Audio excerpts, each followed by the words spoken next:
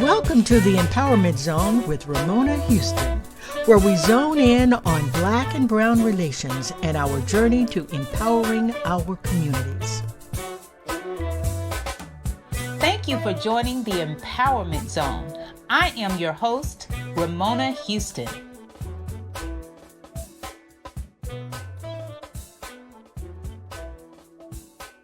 I am so happy that today we are talking for the first time about racial and social justice.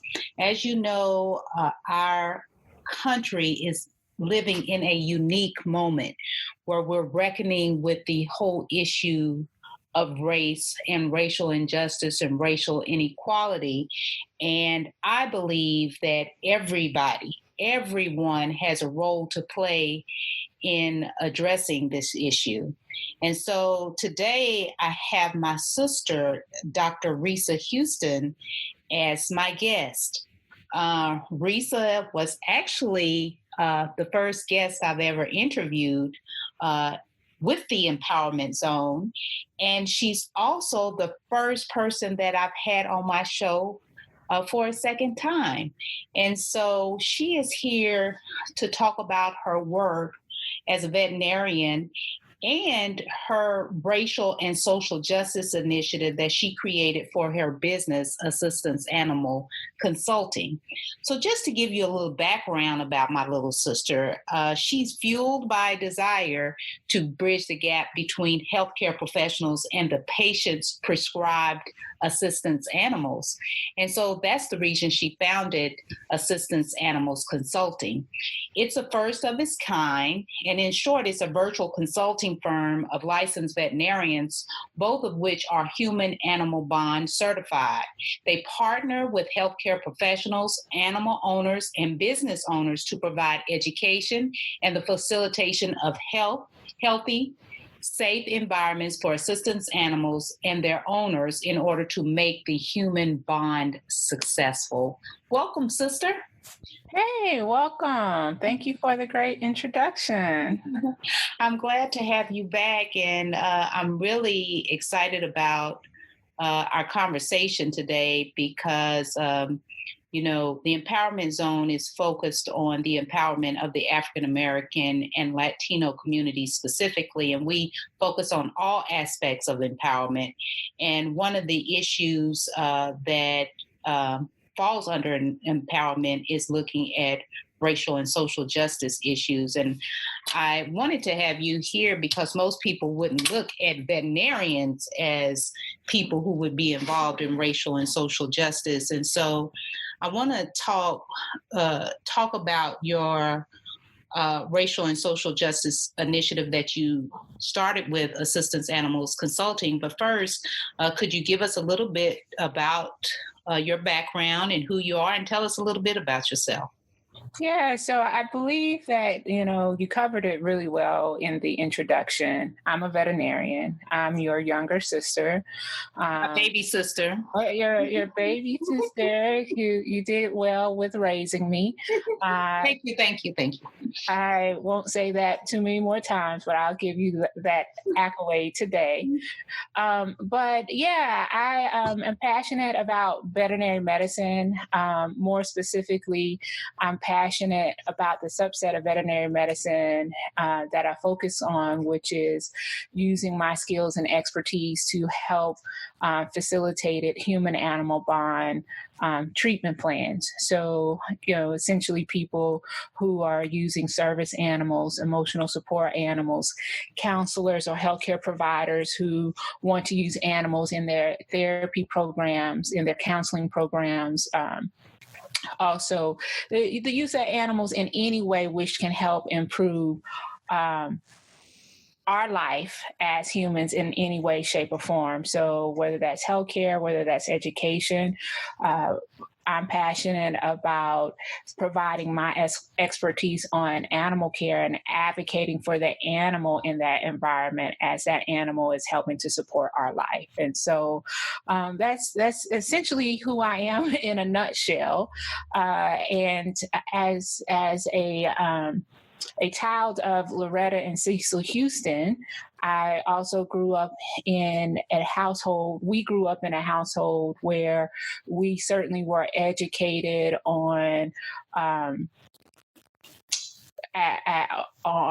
as individuals on what are we going to bring to society, right? How are we going to continue to move society forward in whichever way that we're passionate about. And for me, there's one aspect that's veterinary medicine, and then there's this other aspect of my social responsibility and racial social justice, which is another aspect of who I am and what I want to do to contribute to this world to make it a better place. Yeah, Mom and Daddy really were big and are big about us being in leadership positions and serving. Service has always been a part of their conversation in terms of our upbringing. So I totally agree with you about that. So let's talk about your work with Assistance Animals Consulting. What made you develop a racial and social justice initiative? I know your business is new or fairly new, right? Only a couple of years old. And a lot of people think that you have to be a well-established business to make an impact. And so I'm wondering, what was your caveat? How did you get into creating a racial and social justice initiative for Assistance Animals Consulting?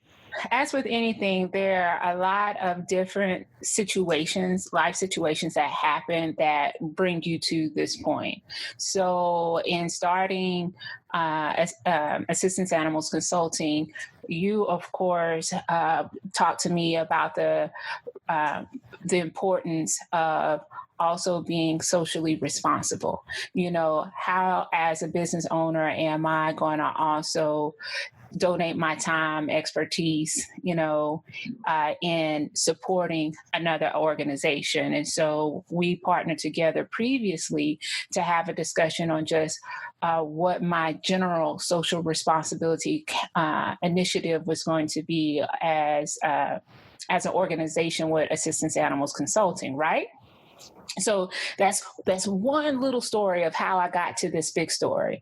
And you can bring me back another day to talk about my social responsibility initiative with Assistance Animals Consulting. But then let's jump and move forward to what has been happening in the United States these past few months. I was at work. It was, I don't know, maybe 2 months ago, and in 3 at the most. But in Birmingham at the time, there was a lot of social unrest. There were people marching. We had some issues where there was individuals who, destroyed some businesses, all of that was going on, right? And at the same time, in the news, there was the mayor of Birmingham, the mayor of Birmingham, Woodfin. Yeah, Mayor Woodfin. I think in the news it says something like the Ku Klux Klan or whatnot, threatened his life. And so all of this was going on in this moment, right? And I was still working. And I'm in a leadership role in a hospital that I work in. In this role, yes, I'm a veterinarian. Yes, I'm a woman. Yes, I'm also Black. In the field of veterinary medicine and in the medical professions, we are the least diverse healthcare profession, right? And so it's not uncommon for me to be one of a few Black or brown faces in a room when I'm in a veterinary scenario. So we had all of this going on.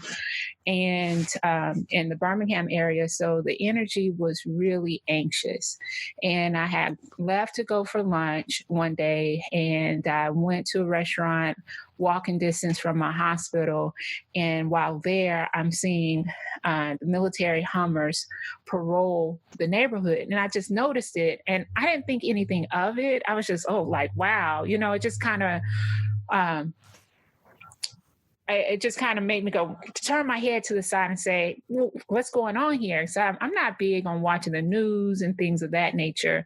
So after my lunch break, I walked back to the hospital, and literally as soon as I'm walking in the door, my hospital manager is like, Dr. Houston, and she's my partner in the hospital. She's like, Dr. Houston, we got a phone call from, Homewood, the police department. They're asking all businesses to close by 2:00. It's 1:00 when I'm walking in the door. Close by 2:00 because there's going to be some Black Lives Matter protests. They don't know what the energy is going to be like. They don't know if there's going to be altercations. They don't know if it's going to be peaceful protests or the more unrestful type of protest. And so we had appointments, we had drop-offs. I had all these patients in the hospital. So then here it is. I have to turn my hat of looking at wait. And not only that, there was also a report, there was a caravan of Ku Klux Klan members coming to Birmingham or the Birmingham area as well on this same day, right? So that's in the back of my mind. The police have now called and asked the area businesses to close early. This protest is happening at a park, less than 5 minutes driving away from our hospital. And I'm in the hospital as a leader. Now I have to figure out how to take care of my patients, get them home, keep our clients safe so that they're not coming into our environment, get my team members, out and safe and home and out of the environment. And then me as a Black person, in America, in all this social unrest, in Alabama with the history of severe racism, figuring out how to get myself home safe as well. And so I was really, honestly, very emotionally taxed trying to navigate all of these scenarios and still be a leader in my hospital. So we get the hospital closed down, we get all of our patients at home, and as we literally are walking out the door at 2:00. So we do all of this in an hour, which was amazing. I have an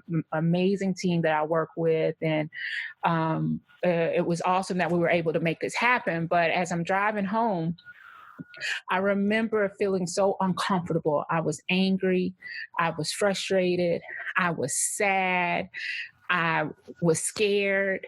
I was a ball of emotions. And in one part, I was like, remember thinking, why am I driving home? Why am I not driving to the protests? Why am I not participating? And my reality was I was scared. I was scared with everything that was going on. And I said to myself, how am I going to contribute? How am I going to make my mark for racial justice, and racial and social justice? And I got home, my home is only a 5-minute drive from the hospital. And I called one of my best friends because I was so emotionally unsettled that I just wanted to cry, and let loose. And he calmed me down. He's one of my classmates. He's a veterinarian as well. And afterwards, I realized, as I was thinking, you know what? I have a platform. I'm going to use my platform to make a difference. And, it may not be most beneficial for me to go marching in the streets, but I have a network of people who can make moves. So how can I use my network, of people to create and make change and push for change? And then that's where my mind started thinking about what to do. right? And I know what I'm good at. I know what I need help with. And then that's when, of course, I called you, Ramona, and kind of gave you, it was the following day, I believe, and told you where I stood and told you that I wanted to do something more. And I wanted your help in adding an additional initiative to our organization, a racial social justice initiative. And then we kind of talked through that. Sister, this is the first time I ever heard this whole story. So you kept this to yourself. Today is the first time I heard this. Yeah. So I'm like tripping because I didn't realize that you were under such stress and anxiety and had that experience to come to the conclusion of doing your racial and social justice initiative. So it sounds like a really scary experience, particularly not just being Black, but being a Black woman, makes you a little bit more vulnerable in living by yourself. So anyway, that's an interesting story. In terms of your racial and social justice initiative, I know the reason you called me is because that's what I do is my focus is serving as a social impact strategist and community outreach and engagement, philanthropy, and being engaged in racial and social justice are three different areas of ways people can make a social impact. And so in your racial and social justice initiative that I assisted you and created, I want to get in your own words what your initiative is all about and what you seek to do through Assistance Animals Consulting. Yeah, so in general, as an organization, part of our mission is to educate and advocate for the health and well-being of assistance animals, right? However, when we talk about this initiative on racial and social justice, part of it is also to advocate for equality and justice for all. And, being a woman of color, and,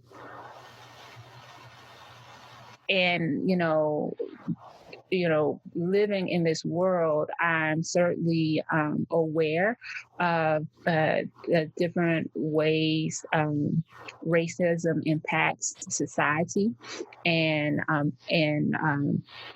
different movements. And so essentially, this initiative was about us as an organization being committed to doing our part in educating, promoting, and advocating for human rights of Black and Brown communities, as well as other marginalized groups. And so in doing so, at the end of the day, our ideal world is we want to end all forms of institutional racism and oppression, so that we can do our part in creating systemic change to move America forward. And we identified several ways in which we can do this as an organization. One, we want to do our part in educating the public on systemic racism within the veterinary profession. I've already expressed that, our profession, they call it the whitest profession, the whitest medical profession. There's certainly stories that I have, many different Black and Brown colleagues have that where they can speak on their experience as a veterinary professional, whether it's a veterinarian, technician, or whatever, working with animals. And we want to highlight these stories to help educate the public so we can do better with clients within our individual roles, as team members, wherever we work, to help stop racism within the veterinary profession. The second part is... Wait a minute, can you expand on how you're educating the public? What are you doing to educate the public on racism within the veterinarian profession? Oh, that's a great question. So, part of our initiative, I reached out to my network of veterinarians. As I went to Tuskegee University, a historically Black college and university, the most diverse veterinary school in the United States. And again, I use my network to say, hey, guys, will you all help me? By telling me your story that we can share on our network, on our social media campaigns. And so essentially we asked for Black and Brown veterinarians to share their professional stories of how racism may have impacted them in their role. And yes, I started off with my alumni family from Tuskegee University, but it has expanded to other Black and Brown people from other institutions as well, sharing their stories. And we share those stories on our social media platforms on Facebook, Instagram, as well as LinkedIn. And so the goal here is in highlighting these very personal stories is one to say, hey, look, this has happened and this has happened recently, right? This is not just happening in the 60s or 70s, but even now. And hopefully it will help start a conversation on, all right, this happened once. How do we ensure this doesn't happen again? How are we going to organize as a veterinary team? When we step in, how do we engage with the client that may knowingly or unknowingly make a racist or inappropriate statement? And more importantly, how do I touch the people in positions of power in these different organizations to create change within their organizations to support all individuals and associates in their organizations? So that's how we do that with educating within the public on systemic racism within the veterinary profession. The second part is using our resources, capital, and network to build the Black veterinary network. And what that means is, again, how are we going to get the next generation into wanting to be a veterinarian? How, can we guide them, support, these elementary, middle school, high school, undergraduate students so that they will continue their forward movement to go into the veterinary profession. And, how do we try to make it as easy for them as possible to continue their educational goals? I can't tell you how many people I run into that tell me, oh, I always wanted to be a veterinarian, but they didn't finish it up. And so we want to do our part in not only getting the next generation into a Black and Brown children into the veterinary field, but we also want to continue to build upon the current field and organize and partner up to create a continued support system. That's good. So you're helping in the second initiative in terms of building the social capital of veterinarians. You're actually working to help young people who are pursuing veterinarian medicine and also building a support system among existing veterinarians. That's correct. Mm-hmm. Right. And so the third part was partnering with your organization, Kylie Rock Strategies, in an effort to promote strategic philanthropy among veterinarians through the You Matter Fund. Now, what's important with this fund is we want to invest in community organizations focused on addressing racial and social justice issues. Now, yes, is to promote strategic philanthropy among veterinarians, but it's not limited to veterinary professionals. It just so happens that my network is of veterinary professionals. And so that's the reason why I kind of worded it like that. But ultimately, anyone can contribute, and but everyone matters. And the goal, our goal is for everyone to do their part in investing in making social change. And so, in regards to our UMatter fund, that can you can donate. You can go to my website, Assistance Animals Consulting, and you can donate to the #UMatter Fund. And so, can you expand upon what your goal is for the UMatter Fund in terms of how you see it operating? Yeah, so our goal is to, again, advance racial and social justice by mobilizing our network and resources of veterinarians. And ultimately, our vision is for the world of veterinary medicine to play its part in ending racial and systemic oppression, to make the world a better place and to create more equitable opportunities for everyone. And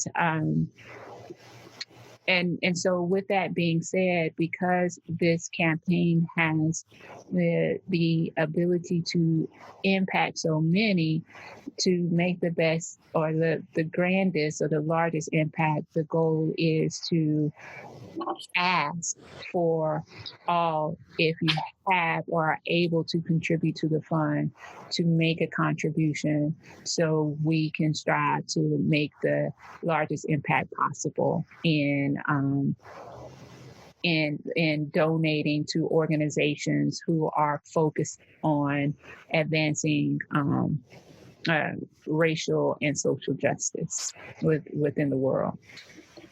Yeah, I like the ideas that you developed in terms of your racial and social justice initiative. Just to sum it up for our audience, Assistance Animals Consulting has a social media campaign which really highlights the racism and racial injustices within the veterinarian field, and tries to take a proactive approach in not only just highlighting the experiences of African American and Latino veterinarians, but really having a public discussion on some of the solutions to those issues, so that the profession can deal with it, as well as the professionals who are handling the services can also be more proactive in how they deal with the public. The second initiative is building the social capacity of African American and Latino veterinarians, so you can build a support network among veterinarians. And then lastly,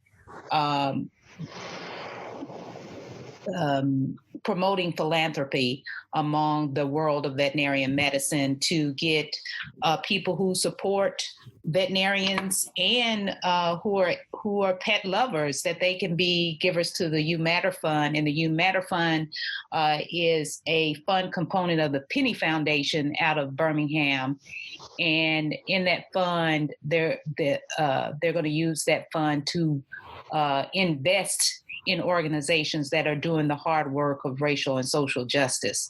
So actually, you'll be helping to invest in organizations that are on the ground and doing the work in terms of creating programs and advocating for policies that promote racial and social justice. So I'm kind of proud of you, little sister. Well, I appreciate you. You gave that recap so eloquently, Oh, and thank you, thank you, thank you. it's really great. Hence the reason why I reached out to you and Colorado Strategies to assist me in this. You do what you do best, right? And this is part of what you do best. And we all have to reach to those individuals that can continue to help pull us up and make us better in whatever role that may be.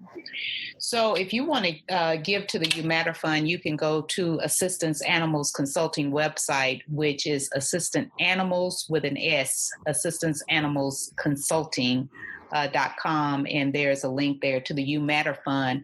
And also you can follow Rhesa and Assistance Animals Consulting on all of their social media pages so you can be more informed about what's going on in the world of veterinarian medicine and racial and social justice. Sister, I'm so happy to have you as a guest. You've been a good little girl today. Oh my God. Here we go. She saved the best for last, y'all. She saved the best for last. Well, I'm happy and I'm excited about your work, especially because a lot of people think that only certain people can be involved in this work. And you really have proven that, all of us have a role to play and all of us can make an impact and all of us can serve and all of us can give and invest.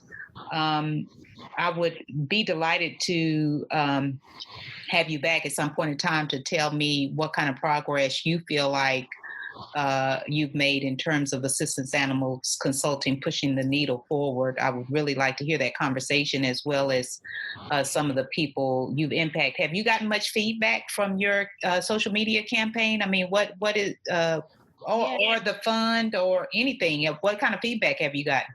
So I've gotten more feedback back from the social media campaign. And, when you're doing something for the first time, honestly, guys, all parts don't always come together at the same time. All parts don't always come together at the same time. And so I haven't really promoted the You Matter Fund as much as I probably should have, especially with some of the other stories that have come out with the Black and Brown storytelling initiative. But now I am going to start promoting this You Matter Fund a little more heavily. So to your question, no, I haven't received a lot of donations there as of yet, but also I haven't promoted it. I was just kind of putting it together. In regards to the Black and Brown initiative, that has been a storytelling initiative. That has been a really good campaign. In this time of age and social media, and you're figuring stuff out, you're wondering if what you're doing is effective, if people are engaging. They might read, but they might not press the like or whatever. I was really debating on if I should continue these stories. And I had a former client, older woman. I think she's in her 70s, an older white woman. I no longer see her pet, provide veterinary care for her pet because I moved to a different hospital. But she came and brought me some cookies and a thank you card. And in this card, she told me, thank you for what you're doing with this initiative, with Assistance Animals Consulting. She says, please continue to tell these stories. Even an older woman like me can continue to learn and be a better person. And so that was a message to me saying, even if you only get one person reading this, that's one more than you would if you weren't doing it. And so, yes, I think that the storytelling from Black and Brown professionals within the veterinary profession is healthy. I do. I think it's helping, and I'm going to continue to do this as long as people continue to be willing to share their stories with us. Well, congratulations on the great work you're doing. I'm so proud and happy for you. And I look forward to you coming back and telling us all about your other social impact strategies later, but also telling us the progress on this racial and social justice initiative. initiative. Thank you so much for coming today. Appreciate having you as my guest today. Absolutely. You're welcome anytime, anytime. And as my oldest, you are forever welcome. Okay. Thank you, sister. I love you. Love you too. A special thank you to the incredible team of the Empowerment Zone. Terry Gully, theme song. NADWorks, digital support, and of course, our featured guest. If you enjoyed my podcast, please subscribe. We are on all of your favorite podcast platforms. Be sure to rate us on Apple Podcasts too. Thank you for your continued support.